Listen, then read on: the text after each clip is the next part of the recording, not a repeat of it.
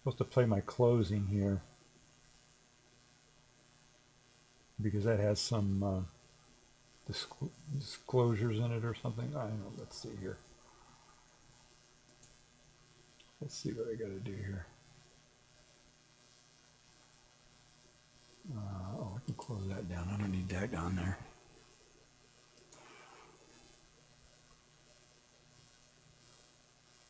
Nope. Okay. And I don't need that. Get rid of that. Let's see here.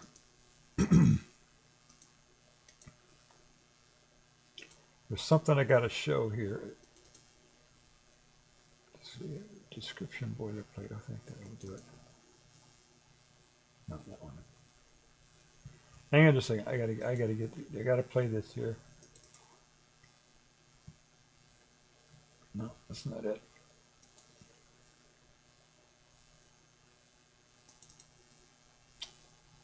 Okay, here we go.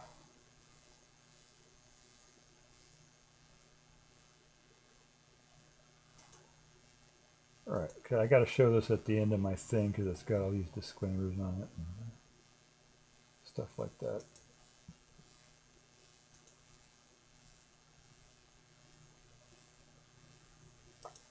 There we go. There we go. Okay, can you see that? You can see that, right? Okay.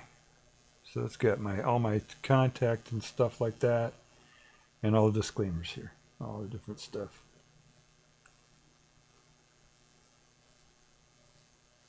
There we go. All right. That's that was that. All right, everybody. Thank you for stopping by. Now I'll play the real closing. All right. Take care. Bye.